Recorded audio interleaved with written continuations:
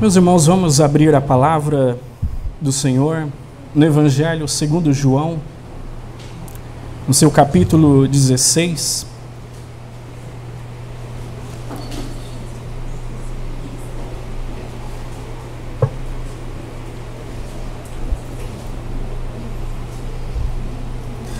Evangelho segundo João, no seu capítulo 16.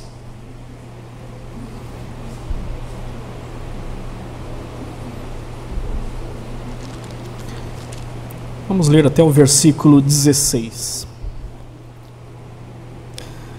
Tenho-vos dito estas coisas para que não vos escandalizeis.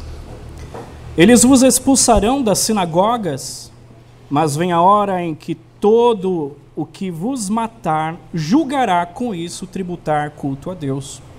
Isto farão porque não conhecem o Pai nem a mim. Ora, estas coisas vos tenho dito para que, quando a hora chegar, vos recordeis de que eu vô-las disse. Não vô-las disse desde o princípio, porque eu estava convosco. Mas agora vou para junto daquele que me enviou. E nenhum de vós me pergunta: para onde vais? Pelo contrário, porque vos tenho dito estas coisas, a tristeza encheu o vosso coração. Mas eu vos digo a verdade, convém-vos que eu vá, porque se eu não for, o Consolador não virá para vós outros. Se porém eu for, eu vou-lhe enviarei. Quando ele vier, convencerá o mundo do pecado, da justiça e do juízo. Do pecado, porque não creem em mim. Da justiça, porque vou para o Pai e não me vereis mais. Do juízo, porque o príncipe deste mundo já está julgado. Tenho ainda muito que vos dizer, mas vós não podeis suportar agora. Quando vier, porém, o Espírito da verdade, ele vos guiará a toda a verdade, porque não falará por si mesmo, mas dirá tudo o que tiver ouvido e vos anunciará as coisas que hão de vir. Ele me glorificará, porque há de receber do que é meu e vô-lo-á de anunciar. Tudo quanto o Pai tem é meu, por isso que eu vos disse que há de receber do que é meu e vô-lo-á de anunciar. Um pouco e não me vereis mais, outra vez um pouco e ver-me-eis. Vamos orar mais uma vez? Senhor Deus, nosso Pai, lemos, Senhor, a Tua palavra estas do nosso Senhor Jesus Cristo, dito aos seus discípulos, que o Teu Santo Espírito, ó Deus, que inspirou o evangelista João a escrever o registro das palavras do Senhor Jesus, venha, Senhor, fazer-nos compreender a Tua palavra e a vontade do Senhor para com as nossas vidas, Senhor. Que como o Teu Espírito foi lido, Ele nos guie a toda a verdade. É o que nós pedimos no nome do nosso Senhor Jesus Cristo. Amém. Uma certa feita, o apóstolo Paulo estava em Mileto e ele mandou chamar os presbíteros da igreja de Éfeso, reuniu ali os presbíteros e Paulo falou a respeito de que durante 3 anos eles estiveram servindo ao Senhor com muitas dificuldades. 3 anos o apóstolo Paulo ensinando aquela igreja de Éfeso, 3 anos de muita dificuldade, com choro, 3 anos a qual Paulo mesmo diz: eu não vos deixei de anunciar todo o desígnio de Deus. E Paulo fala que depois da partida dele haveriam lobos que não poupariam o rebanho, não teriam dó desse rebanho do Senhor. E Paulo diz, que algo que esperaria ele em Jerusalém seriam cadeias e prisões. E os irmãos, ouvindo aquilo, se comoveram tanto, principalmente do momento que Paulo falou que eles não veriam mais o seu rosto. Foi tão grande o pranto naquela ilha de Mileto que eles ajoelharam, oraram e ali o apóstolo Paulo partiu para o que esperava em Jerusalém. Neste momento que o Senhor Jesus disse estas palavras, estas são as últimas instruções do Senhor Jesus aos seus discípulos, ali no cenáculo. Então o Senhor Jesus, desde o capítulo 13, começa demonstrando o exemplo de humildade aos seus discípulos, ensinando a eles que não deveria haver entre eles uma hierarquia de maior ou de menor, sendo ele o Senhor. Ele vai lá, lava os pés dos seus discípulos. Ele ensina para ele que estava dando a eles um novo mandamento, a qual eles amassem uns aos outros. Ele conforta o coração deles, dizendo para eles não turbarem o coração deles, já que eles creem em Deus, eles também creem em mim, no Senhor Jesus. E ele fala que vai para o Pai. Aí ele dá um outro exemplo, dizendo que ele era a videira verdadeira, o Pai é o agricultor e eles, os discípulos, eram os ramos. E mais uma vez, ele enfatiza que eles amem uns aos outros. Eles deveriam estar unidos uns aos outros. E ele vai mostrar o que estava para acontecer no momento da sua partida. Não seria fácil para os discípulos. Olha ali no capítulo 15, do versículo 18. Versículo 17. Isto vos mando, que vos ameis uns aos outros. Se o mundo vos odeia, sabei que primeiro do que a vós outros, me odiou a mim. Se vós fosseis do mundo, o mundo amaria o que era seu, como todavia não sois do mundo, pelo contrário, dele vos escolhi, por isso o mundo vos odeia. Ele informa a esses discípulos que eles venham amar uns aos outros e vem informar e alertar a eles que o mundo os odeiam. E mais do que odiar aos discípulos, já tinham odiado ao Senhor Jesus, mas porque eles não eram do mundo. Antes do mundo, o Senhor os escolheu. Olha o versículo 20. Lembrai-vos da palavra que eu vos disse. Não é o servo maior do que o Senhor. Se me perseguiram a mim, também perseguirão a vós outros, e se guardaram a minha palavra, também guardarão a vossa. Tudo isso, porém, vos farão por causa do meu nome, porque não conheceram aquele que me enviou. Imagine a situação dos discípulos naquele momento, onde durante 3 anos o Senhor Jesus ensinando, homens que deixaram os seus ofícios, alguns deixaram as suas redes, juntamente ali com seu pai, no caso dos filhos de Zebedeu, outros deixaram seu emprego na coletoria, conforme Mateus e outros discípulos. O Senhor foi passando e dizendo: vem e segue-me. Ele escolhe ali do mundo 12 para a estes 12 ensinarem a respeito do caminho do Senhor e preparar a esses 12 para cuidar da sua igreja. A esses 12 discípulos deu o nome de apóstolos, enviados do Senhor. E agora, naquele momento ali, depois de participarem da Santa Ceia, o Senhor Jesus dando estas instruções aos seus discípulos, informa a eles, instrui e alerta: o mundo odeiam vocês. 16, versículo 1. Eu tenho-vos dito essas coisas para que não vos escandalizeis.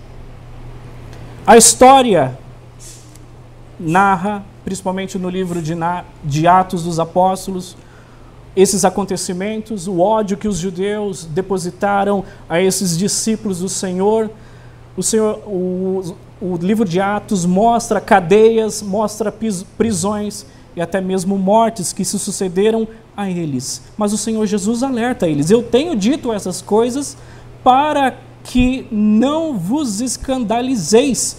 Eles vos expulsarão das sinagogas, mas vem a hora em que todo o que vos matar julgará com isso tributar culto a Deus.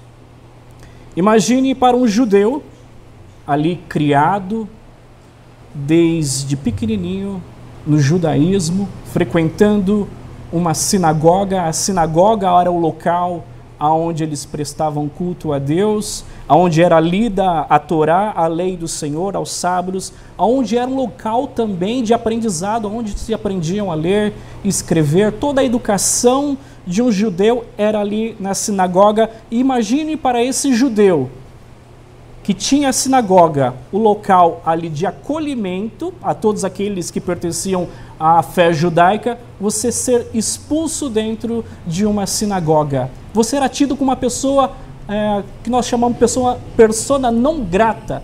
Você não era querido dentro daquela comunidade. E tudo isso fariam a esses discípulos de Jesus. O versículo 3, isto farão porque não conhecem o Pai nem a mim. E chegaria até o extremo de que essas pessoas matariam e julgariam que com isso estava tributando um culto a Deus. Aquelas palavras do Senhor Jesus não seriam fáceis de ser ouvidas naquele momento. Eles estavam há 3 anos com o Senhor Jesus. Imagine 3 anos o Senhor Jesus com eles, ensinando, andando, indo de aldeia, de lugar a lugar. Era uma vivência que já tinha se estabelecido e o Senhor vai se ausentar deles. E o Senhor já prepara eles que o mundo vai odiar eles. É certo o mundo nos odiarmos, mas sem a presença de Jesus conosco, qual seria a situação desses discípulos? E alguns destes que odiariam chegariam ainda a matá-los, e ainda com a justificativa de que estaria tributando um culto a Deus, como é o caso do apóstolo Paulo, quando ele perseguia aos cristãos, aos do caminho, ele achava que estava agradando a Deus, colocando aqueles irmãos no cárcere e levando as piores condições pelo fato deles serem discípulos do Senhor. Versículo 4. Ora, estas coisas vos tenho dito para que quando a hora chegar, vos recordeis de que eu vos-las disse. Não vos-las disse desde o princípio, porque eu estava conosco. O Senhor Jesus, muito sabiamente, ao decorrer do ensinamento dele, ele vai preparando os seus discípulos e sempre ele vai dizendo as palavras no momento certo a qual deveria ser dita aos seus discípulos. Mas agora vou para junto daquele que me enviou, e nenhum de vós me pergunta: para onde vais? Pelo contrário, porque vos tenho dito estas coisas, a tristeza encheu o vosso coração. Uma das coisas que nós aprendemos com o Senhor é que Ele não é apático para com os seus discípulos. Ele sabia a reação daquelas palavras ditas ali aos seus discípulos. A comoção, a tristeza era geral aos discípulos. A tristeza tinha enchido o coração de cada um deles. Eles poderiam até pensar com eles mesmos: o que será de nós agora? O Senhor vai embora. No versículo anterior do capítulo 14, para onde vais? Até perguntaram. Ele iria para junto do Pai e teriam ainda um mundo que os odiariam. Uma certa feita, o Senhor Jesus disse aos seus discípulos: eis que eu vos envio como ovelhas para o meio de lobos. E o lobo, ele não dá cheirinho na ovelha. O lobo, ele morde, ele estraçalha a ovelha. Essa era o sentimento a qual estavam os discípulos neste momento. Versículo 7. Mas eu vos digo a verdade, convém-vos que eu vá, porque se eu não for, o Consolador não virá para vós outros. Se porém eu for, eu vou-lo enviarei. O Senhor Jesus estava se despedindo dos seus discípulos, mas não estava deixando eles sozinhos. Não precisavam eles se entristecer. Ele estava enviando o Consolador, o Espírito Santo. Olha o versículo 26 do capítulo 15. Quando, porém, vier o Consolador, que eu vos enviarei da parte do Pai, o Espírito da verdade que dele procede, esse dará testemunho de mim. Então o Senhor fala, ele estaria enviando o Consolador, enviando da parte do Pai, o Espírito da verdade, e esse daria testemunho dele. No capítulo 14, do versículo 26, ele fala, no versículo 16 primeiro, e eu rogarei ao Pai, e ele vos dará outro Consolador, a fim de que esteja para sempre convosco. Agora o 26, mas o Consolador, o Espírito Santo, a quem o Pai enviará em meu nome, esse vos ensinará todas as coisas e vos fará lembrar de tudo o que vos tenho dito.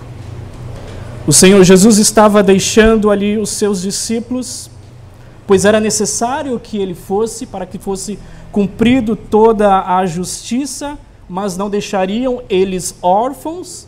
Ele estava enviando o Consolador, o Espírito Santo, que no outro momento o Senhor chama de o Espírito da verdade, e o Espírito Santo ensinaria a ele todas as coisas e fariam ele lembrar de todas as coisas pelo qual o Senhor tinha ensinado a eles. E no versículo 26 do capítulo 15, que ele daria testemunho do Senhor Jesus. Versículo 8, capítulo 16, versículo 8. Quando ele vier, convencerá o mundo do pecado, da justiça e do juízo. Do pecado, porque não creem em mim; da justiça, porque vou para o Pai e não me vereis mais; e do juízo, porque o príncipe deste mundo já está julgado.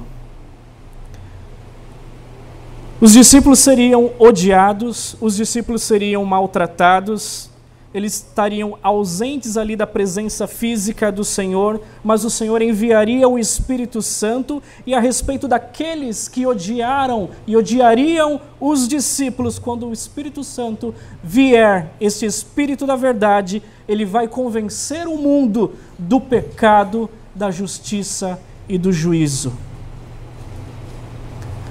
O apóstolo Pedro, no dia de Pentecoste, quando o Espírito Santo desceu sobre a igreja, onde foi ouvido um som como de um vento, ao qual encheu toda a casa, foram vistos línguas repartidas como de fogo, ao qual pousou sobre cada um dos 120 que estavam reunidos ali no cenáculo, e começaram a falar em outras línguas, conforme o Espírito concedia, e houve então um alvoroço ali em Jerusalém a respeito do que estavam acontecendo. Afluiu a multidão para ver, então se levanta Pedro com ousadia e começa a falar àquelas pessoas, habitantes de Jerusalém, que aquilo que estava acontecendo é o que fora dito ali através do profeta Joel, e ele fala a estes judeus, a este Jesus que vocês crucificaram, a este Jesus que vocês o mataram,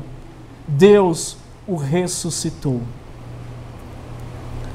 quem poderia fazer com aquele povo judeu que tinham crucificado o Senhor Jesus, fazê-los crer a respeito de que aquilo que eles tinham feito era um pecado da incredulidade, porque não tinham crido no Senhor. E a consequência da pregação de Pedro foi que eles disseram: varões irmãos, o que faremos então? Então Pedro diz: arrependei-vos cada um de vós e seja batizados. Naqueles momentos ao qual Pedro anuncia o Evangelho, fala a respeito do Senhor Jesus, do que os judeus fizeram com ele, que o crucificaram por mãos de iníquo, que era a respeito de Pôncio Pilatos. Mas o Senhor o ressuscitou e o fez assentar à sua direita. Naqueles momentos eles creram e foram convencidos e se arrependeram. E quem fez isso foi o Espírito Santo de Deus. Assim também nós também, quando o Espírito Santo vem nas nossas vidas, quando ouvimos do Evangelho do Senhor, ele nos convence do nosso pecado. Só se conhece realmente um cristão quando ele reconhece que ele é pecador. Quando a pessoa olha para si e diz que não tem a necessidade de um Salvador, você pode dizer que aquela pessoa não é um cristão. Porque no momento que o Espírito Santo toca no coração de uma pessoa, abre o coração, os seus olhos espirituais, ele enxerga a situação dele, que ele é um pecador. Lembra do hino? Foi na cruz? Foi na cruz, foi na cruz, que um dia eu vi meus pecados castigados em Jesus. Foi ali pela fé que os meus olhos abri.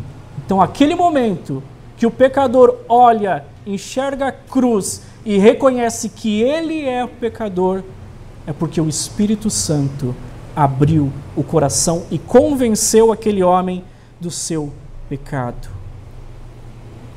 Então, os discípulos que estavam atônitos, que estavam praticamente tristes com a partida do Senhor, o Senhor os conforta, dizendo: virá o Consolador, e quando ele vier, ele vai convencer do pecado, da justiça e do juízo. Ele convence do pecado, mostra a incredulidade por não ter em Cristo em Jesus. Ele vai convencer também da justiça, porque é necessário, meus irmãos, que o pecado ele seja pago. Muitas vezes nós não sabemos e não pensamos na gravidade que é um pecado. O pecado é uma ofensa contra Deus, é uma transgressão da justa lei de Deus.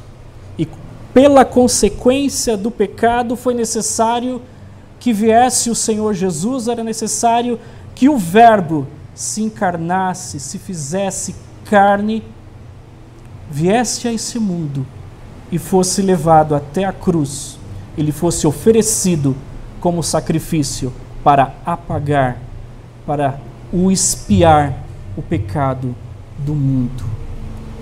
E quem faz isso, reconhecendo essa justiça, é o Espírito Santo de Deus.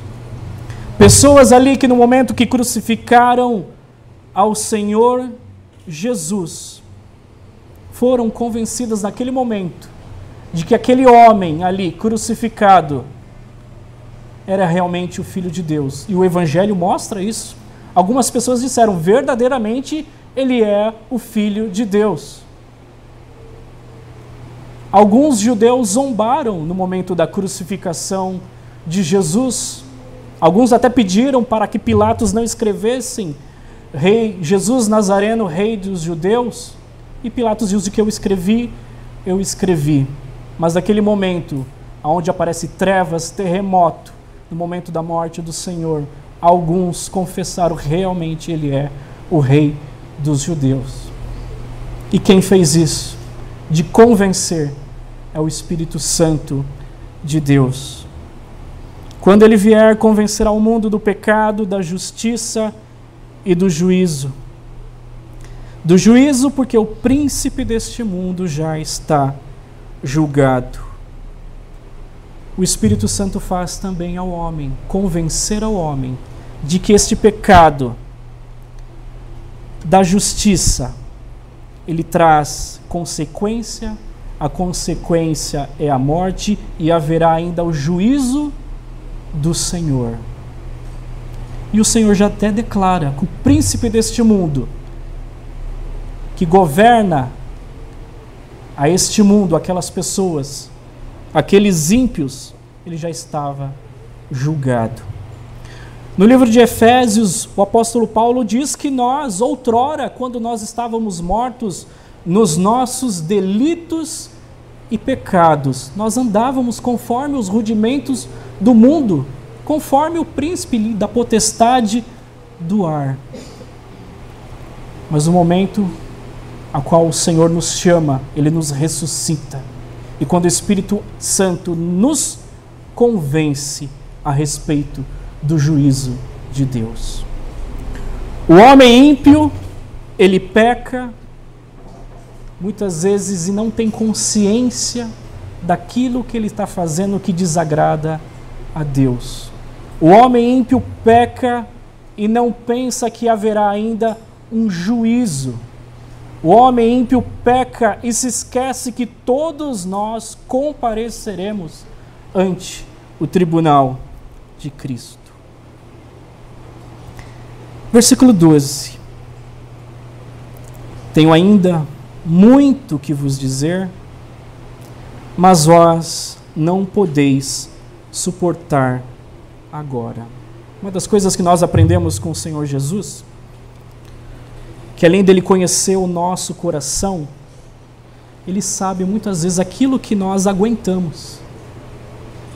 Até mesmo as palavras que ele disse, que muitas vezes a gente poderia dizer: você disse que nós seríamos odiados, você disse que nós seríamos expulsos das sinagogas, você disse que algum de nós chegaríamos até ser mortos, mas ainda tem algo para dizer que a gente não pode suportar ainda. Ele conhece o coração de cada um de nós. O Senhor conhece as nossas debilidades e conhece as nossas fraquezas e conhece as nossas tristezas. Ao versículo 13. Quando vier, porém, o Espírito da verdade, ele vos guiará a toda a verdade, porque não falará por si mesmo, mas dirá tudo o que tiver ouvido e vos anunciará as coisas que hão de vir. Uma das coisas que nós aprendemos também é que o Espírito não viria trazer nenhuma novidade a esses discípulos. E é certo que ele guiaria os discípulos à verdade, mas não falaria por si mesmo, mas diria tudo o que já tinha ouvido e vos anunciaria as coisas que iriam vir. Nos dias de hoje, a pessoa do Espírito Santo, muitas vezes ela é enfatizada, pelo menos o nome Espírito Santo, mas muitas vezes enfatizado e desprezado por aqueles que falam a respeito do Espírito Santo. Muitas vezes as pessoas dizem das coisas mais absurdas e ainda utilizam o nome do Espírito Santo. O Espírito Santo diz isso, diz aquilo, quando na verdade o Espírito não disse nada. Muitas vezes as pessoas esquecem que o Espírito Santo é Deus, é a terceira pessoa da Santíssima Trindade. E um dos pecados imperdoados é a blasfêmia contra o Espírito Santo. Quando nós nos referimos ao Espírito Santo, devemos ter toda a reverência, por ser Ele Deus. E muitas vezes as pessoas tratam o Espírito Santo como se fosse uma energia, uma força. Alguns grupos bem intencionados atribuem isso, o Espírito Santo, como se fosse força e se fosse energia. Agora você imagine alguém que crê dessa forma, vendo essas palavras. Como você poderia dizer que uma força é um consolador? Que uma força é a força da verdade? Que uma força vem convencer? É claro que não é, meus irmãos. O Espírito Santo é Deus. E o Espírito Santo também é uma pessoa. E é uma pessoa que tem personalidade também. Nós cremos em um Deus trino, Pai, Filho e o Espírito Santo. E os discípulos não ficariam órfãos. Tinha coisas que não poderiam suportar naquele momento antes da crucificação do Senhor Jesus, mas no momento ao qual o Espírito Santo foi derramado, o Espírito Santo começou a lembrar a esses discípulos das palavras do Senhor Jesus.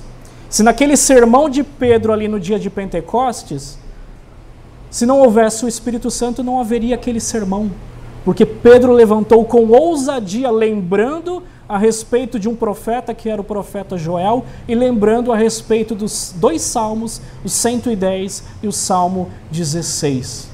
Isso o Espírito Santo faz também nas nossas vidas. Ele nos faz lembrar da palavra do Senhor, faz nos lembrar daquilo que nós lemos, daquilo que nós ouvimos a respeito do Senhor. E outra característica a respeito do Consolador, do que o Espírito Santo, ele nos guia à verdade e ele também glorifica ao Senhor Jesus. Olha o versículo 14. Ele me glorificará, porque há de receber do que é meu e vou-lo há de anunciar. O Espírito glorifica ao Senhor Jesus. O apóstolo João, uma certa vez, nas suas epístolas, ele disse para provai os espíritos para ver se procedem de Deus. Muitas vezes é dito por aí a respeito de coisas que o Espírito Santo disse isso, e muitas vezes coisas que estão em contradição às próprias palavras do Senhor Jesus. Mas o Espírito Santo, o Espírito da verdade, ele glorifica ao Senhor Jesus. Ele não faz uma autopromoção de si. Ele mostra a necessidade que é a pessoa do Senhor Jesus Cristo. Ele enfatiza Cristo. Então, toda a teologia, toda a pregação, todo o ensino que não exalta a pessoa do Senhor Jesus Cristo deve ser questionado. Porque o Espírito Santo, aonde está, ele enfatiza e ele glorifica ao Senhor Jesus. E o versículo 16, finalizando: um pouco, e não mais me vereis, e outra vez um pouco, e ver-me-eis. Os discípulos que estavam entristecidos por causa da partida do Senhor Jesus, eles não ficariam sozinhos. Deus estava provendo o Consolador que estaria com eles. Nós lemos a respeito da leitura que diz assim, capítulo 14, versículo 17. O Espírito da verdade que o mundo não pode receber, porque não vê, nem o conhece. Vós o conheceis, porque ele habita convosco e estará em vós. Deus nos outorgou do seu Espírito, meus irmãos. Ele não deixou aqueles discípulos órfãos, mas concedeu o Consolador. Hoje, eu e você também, nós não estamos sozinhos. Em momentos das nossas tristezas, o Espírito Santo está lá, conosco. Em momentos dos desafios do dia a dia, momentos de lutas e provações, nós temos a presença consoladora do seu Santo Espírito conosco, meus irmãos. E muitas vezes nós não conscientizamos disso. Porque muitas vezes nós esquecemos de voltar para a palavra nos momentos difíceis das nossas vidas. E ali que está o Espírito Santo falando a respeito de palavras de consolo, palavras de exortação, palavras que vêm nos convencer do nosso pecado, palavras que vêm nos convencer da justiça, que vêm nos convencer a respeito do juízo. O Espírito Santo, ele consola, o Espírito Santo, ele conforta. No livro de Atos, nós nos aprendemos que o Espírito Santo capacitou aos seus discípulos no momento do derramamento do Espírito. Eles tiveram a ousadia para anunciar o Evangelho. O Espírito Santo, ele guia a verdade, ele glorifica ao Senhor Jesus, ele faz lembrar das palavras do Senhor Jesus e ele dá testemunho do Senhor Jesus. E graças a Deus pelo ministério do Espírito Santo, que cada dia nós, como igreja do Senhor Jesus, possamos estar sempre lembrando disso, que nós temos em nossas vidas o Espírito Santo, coisa que o mundo não tem, porque não pôde receber, porque não vê e nem o conhece, mas a cada um de nós aqui, o Senhor nos outorgou do seu Santo Espírito, e Ele estará conosco até o momento da volta do Senhor Jesus. Que Deus nos abençoe, meus irmãos.